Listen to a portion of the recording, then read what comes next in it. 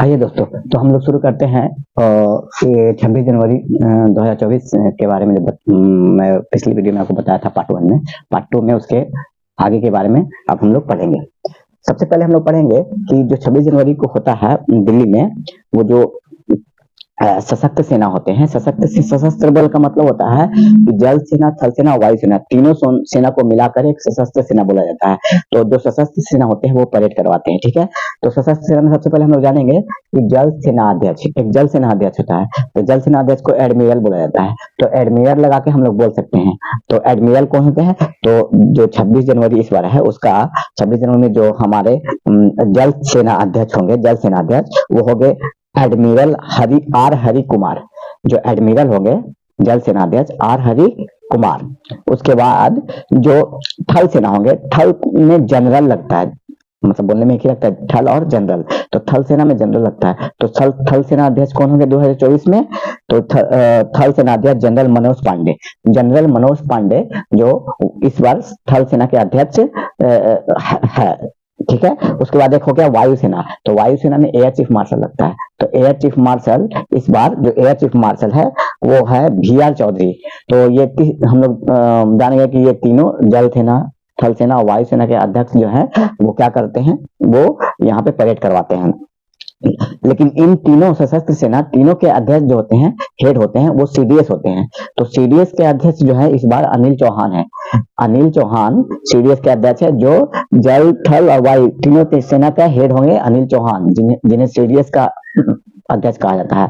और इस CDS का भी अध्यक्ष हमारे राष्ट्रपति होते हैं। तो राष्ट्रपति जल, थल और स्थल के तीनों के हेड हो गए CDS, और CDS के भी हेड हो गए राष्ट्रपति। इस तरह से हम लोग आगे पढ़ते हैं कि हाँ, इस दिन क्या होता है कि इस दिन दिल्ली में मार्च पास्ट होता है। मार्च पास्ट का मतलब यहाँ पे आप पिक्चर में देख रहे होंगे। मार्च पास्ट में ये आपको है राष्ट्रपति भवन, रायसीना पहाड़ी दिल्ली में।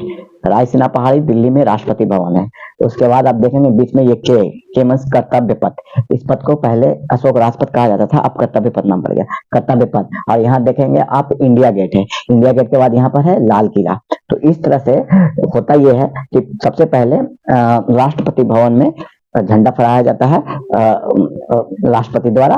उसके बाद यहाँ से कर्तव्य पथ पे झांकिया जाती है, परेड होता है, और परेड के बाद इंडिया गेट पे जाया जाता है। इंडिया गेट पे प्रधानमंत्री जो है वो अमर जवान ज्योति है, वहां पे जितने भी शहीद लोग हैं उनके लिए श्रद्धांजलि अर्पित करते हैं और पुष्पमाला चढ़ाते हैं। वो यहाँ पे प्रधानमंत्री का काम होता है, और झंडोत्तोलन करते हैं। उसके बाद यहाँ लाल किला में प्रधानमंत्री झंडा फहराते हैं। हालांकि यहाँ पे मेन जो इंडिया गेट है वहां पे मेन पुष्पांजलि किया जाता है, पुष्पार्जन किया जाता है, और यहाँ से लाल किला आया जाता है। और लाल किला में क्या किया जाता है? प्रधानमंत्री झंडा फहराते हैं। तो इस तरह से राष्ट्रपति भवन, कर्तव्य पथ, इंडिया गेट और लाल किला, रेड फोर्ट, ये चारों जगह पे मार्च होता है। तो मार्च के बाद हम लोग देखते हैं कि दिल्ली के बारे में थोड़ा जानते हैं कि 1911 के पहले भारत की राजधानी दिल्ली नहीं थी। 1911 के पहले भारत की राजधानी कोलकाता थी, और 1911 में ये भारत की राजधानी कोलकाता से दिल्ली कर दी गई।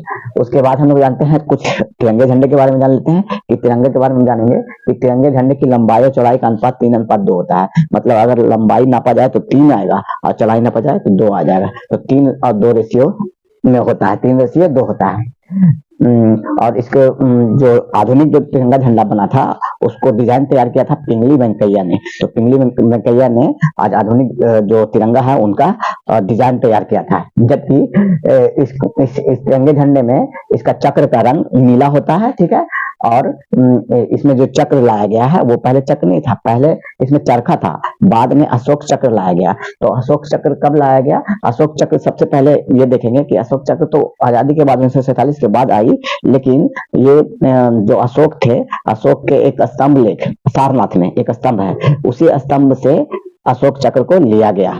तो अशोक के सारनाथ अभिलेख से जो अशोक चक्र लिया गया है, ठीक है।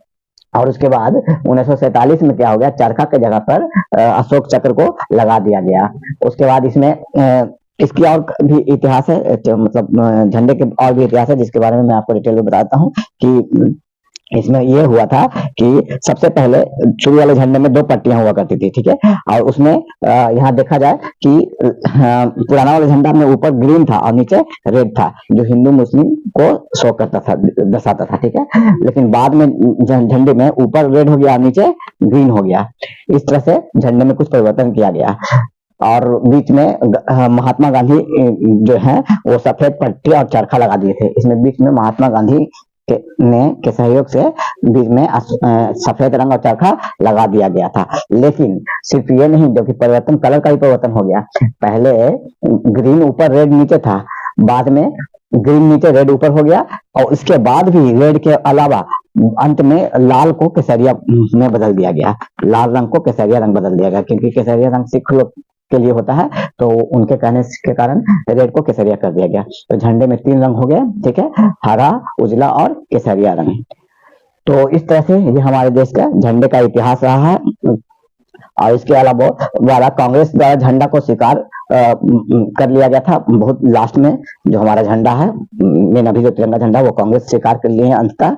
और इसमें अशोक चक्र लाया गया, झंडा समिति एक बनाया गया था इसके लिए, जिसके अध्यक्ष थे डॉक्टर राजेंद्र प्रसाद। डॉक्टर राजेंद्र प्रसाद झंडा समिति के अध्यक्ष थे। और इस तरह से हमें इस बात का ध्यान रखना चाहिए कि 26 जनवरी में जब भी झंडा फहराए, तो झंडा फहराना हमारा मूल अधिकार है, हम झंडा फहरा सकते हैं, लेकिन इसके लिए कुछ मानदंड है। हम लोग झंडे का हमेशा सम्मान करेंगे, झंडे का निरादर नहीं करेंगे। तो झंडा कोई भी फहरा सकता है, लेकिन सम्मान के साथ हम लोग झंडा फहराएंगे। तो इसी के साथ हम आज की ये वीडियो समाप्त करते हैं। तब तक के लिए जय श्री राम दोस्तों।